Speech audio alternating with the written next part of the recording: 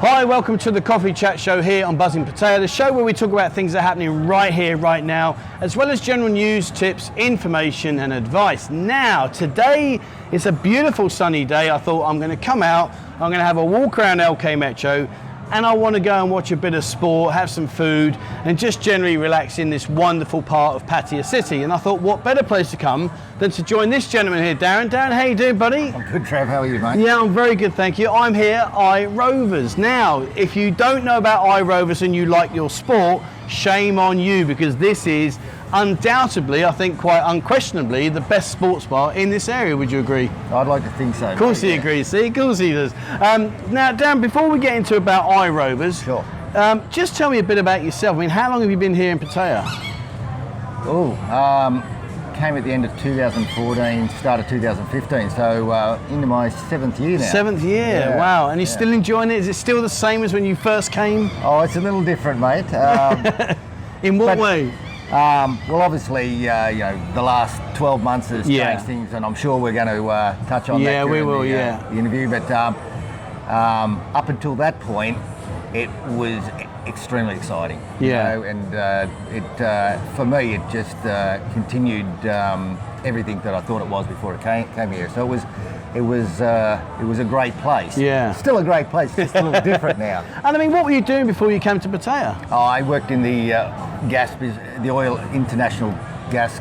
Sorry, I worked for an international gas company for 29 years, mate. So 29 years. The previous Wow. 10 years of that was in Asia, so in Malaysia, Singapore, in Indonesia. So I'd had a fair grounding in Asia before I came here. Right. So 29 years, oil and gas, Yeah. to run in what has to be probably one of the best known sports bars in the whole of Pattaya. Yeah, it's a completely different industry. I can imagine, but at the same time, there's a lot of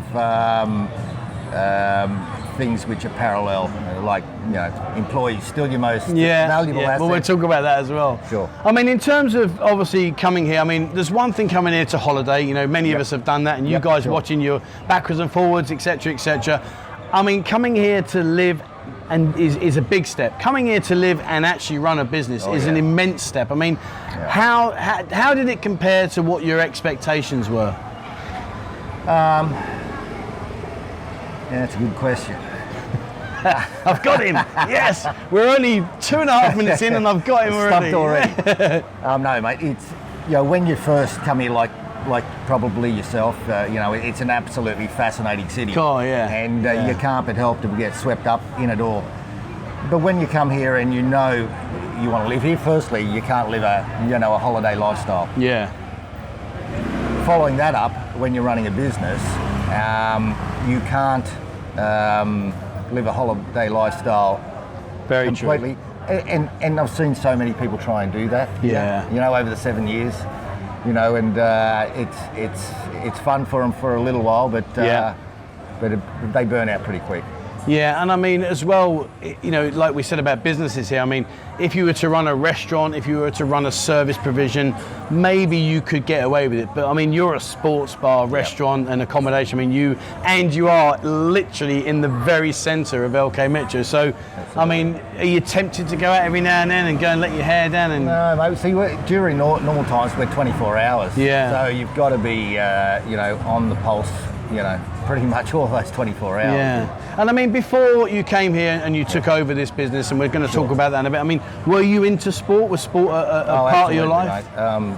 Sports has been a massive part of my life since I was quite young. Played rugby league in Australia at a reasonable level, coached at a reasonable level. Oh, lovely. So, it was in my blood, and so running a sports bar initially was a dream come true. Initially, I realised I was probably working longer hours than what I ever was for the gas company. And for less money, probably. Comes with the territory. Yeah. So obviously, you've come here, you've holidayed, you've decided that this was the place you're going to not only set up home, but you're going to set up a business here. Sure. I mean, obviously, before this was called Irish Rovers, and That's then correct. you purchased a business. That's correct. I mean, what was the driving factor of you taking this on and going for it? That's a really long story, but if we can go back to Irish Rovers. Yeah. The business is about 14, 15 years old now. I think for the first couple of years it was called Irish Rovers. Yeah. And then it got changed to I-Rovers, which I quite like because I think I stands for international. International, yeah. Rather than Irish. But there is so many people that still call it Irish Rovers. Yeah, It's incredible. Well, I used to play pool here and that, so I mean, I remember it as Irish Rovers years ago with Simon and Josh and everyone. Sure. And then obviously it went to I-Rovers, but I mean, I do call it I-Rovers, but... So you've just, you came here and you've just decided to buy this business. I mean, what was the logic? What was the push to make you make that decision? When I first came here, I knew I wanted a business here. I wanted to live here, but I knew I couldn't live that, that holiday lifestyle. So I knew that if I had a business, I could really concentrate and make a go of it. When I looked around, and we looked at a lot of places when I first came here, I could see the trend moving towards that front road access, moving back a little bit.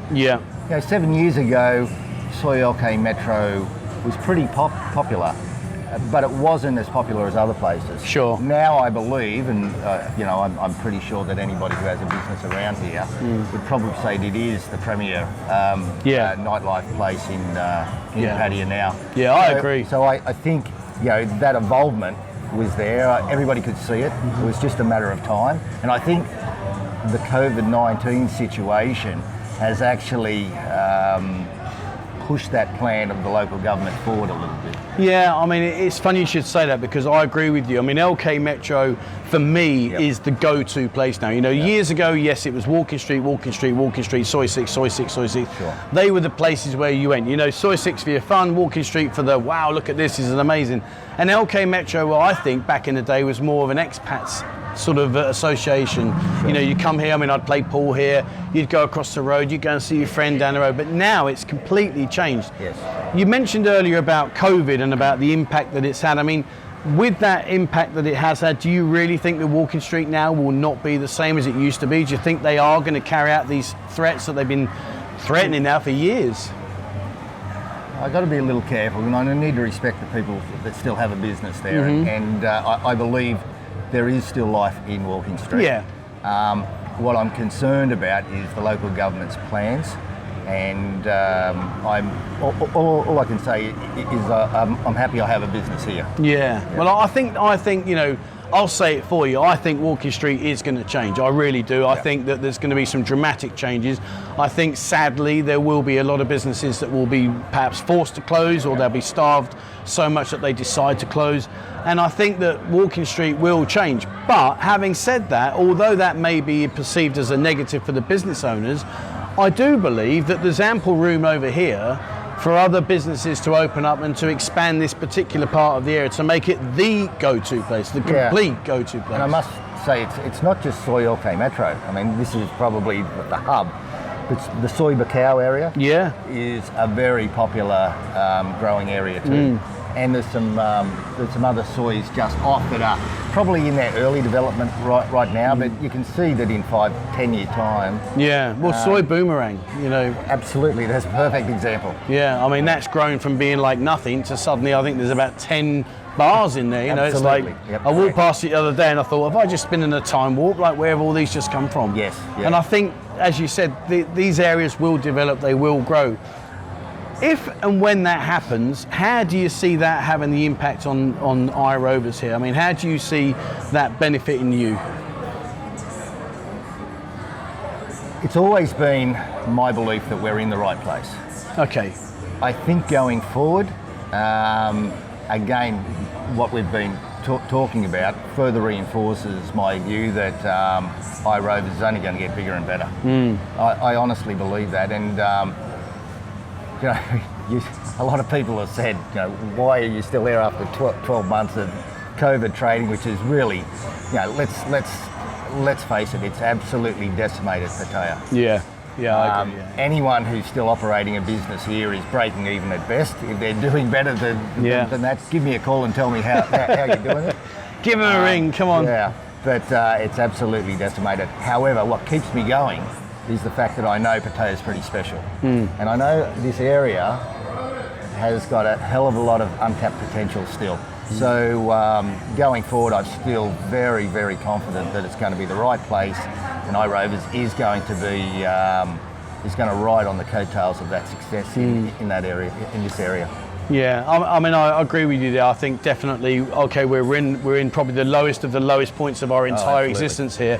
However, you know, as they say, you can't keep someone down for too long. Eventually, they're going to get back up. Yep. I think Pattaya will get back up, and I think it will actually be in a better position in many respects, because I think earlier on, I mean, I spoke to Bazza at Club Misty's the other day, yep. and he touched on a very, very good point where he said he thought there were too many bars here, and that it was spread too thin. You know, you go into a bar, there might be 3 or 4 customers in here with 15, 20 girls dancing, and it just doesn't have the atmosphere. Whereas if there was half the bars here, yep.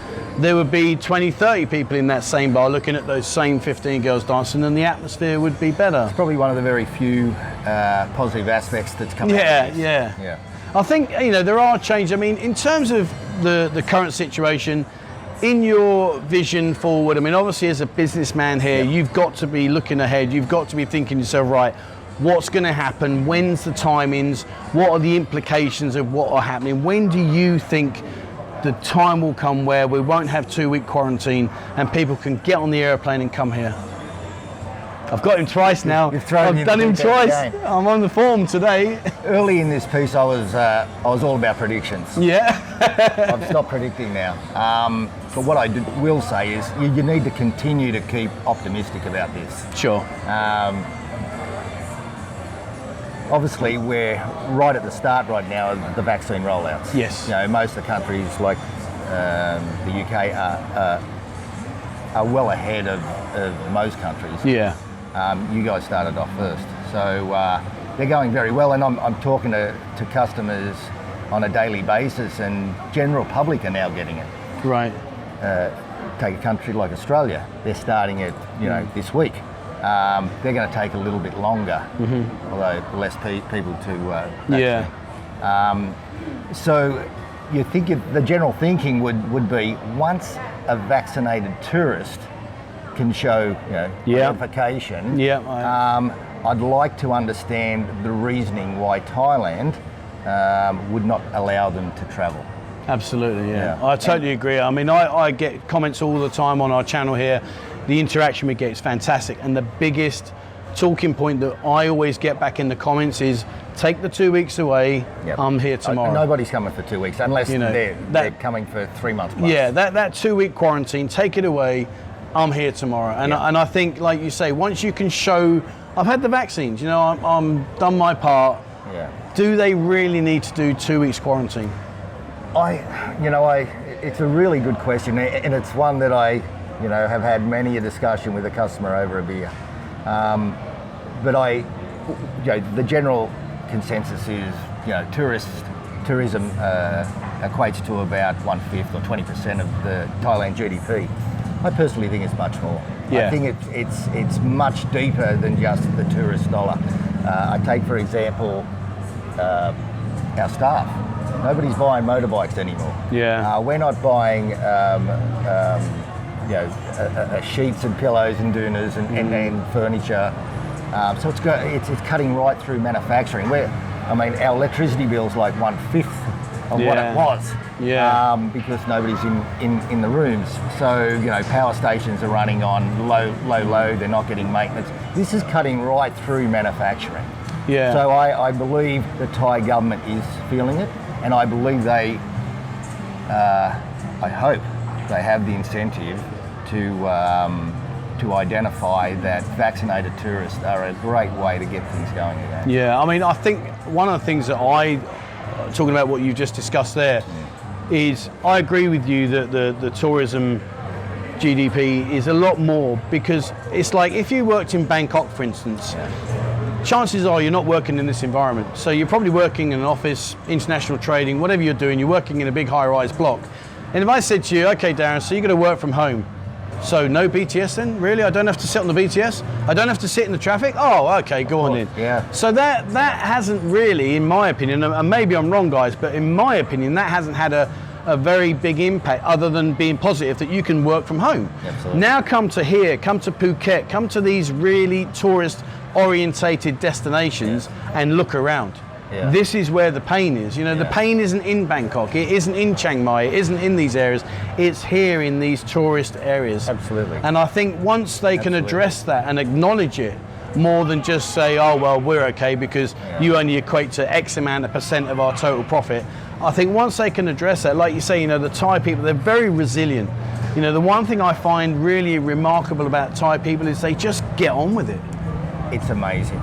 I mean, I'm sorry to say it, but you only have to drive around the streets of a morning, you know, and I won't go into it, but you know what I'm talking about. Yeah. And the fact that they're allowing that to happen, it really concerns me. It's really, really biting deep. Yeah. It's concerning, and I know the expat community has done a lot for the Thais. Yeah. But you know, they're everything's run out now. I mean, we're right at the tail end of it now, and that help coming from the expat community is dried up, and you can understand that. Yeah, I mean, the first time around, I think, it was a very positive step to see the expat community help the way they did, and to interact with the Thais. I mean, it really was brilliant, and it was fantastic to be a part of that. Yeah. But the problem was that when the COVID finished, there was no high season. So there was no way of recuperating the money you'd been paying out, filling the bank accounts up, ready to take on this COVID. Yes. So of course, this COVID has been about, well, what have you got in your bank? Can you survive this? Because this is what you're going to be living on now. And it's like, wow, you know, it's been crazy. So, well, fingers crossed, you know, we're hoping that the future will be bright and rosy. And in part 2 of our interview, I want to talk to you about what it's really like to run the most successful sports bar here in LK Metro, the interaction with the staff, with the girls, etc. So we're going to come back in part 2. Guys, please watch in another couple of days. You'll see part 2 where Darren is going to unveil what it really is like. You know, he's been oil and gas for 29 years, was it? 29 years. Comes here, doesn't just come here to live, comes here to work, and not just work in any old location. He's working in what is respectively the busiest and best sports bar here in LK area. So we're going to come back and find out more about what that's all about. So guys, stay tuned. Part 2 will be out in a few days. Until then, thank you very much for watching. Please, wherever you are, stay safe.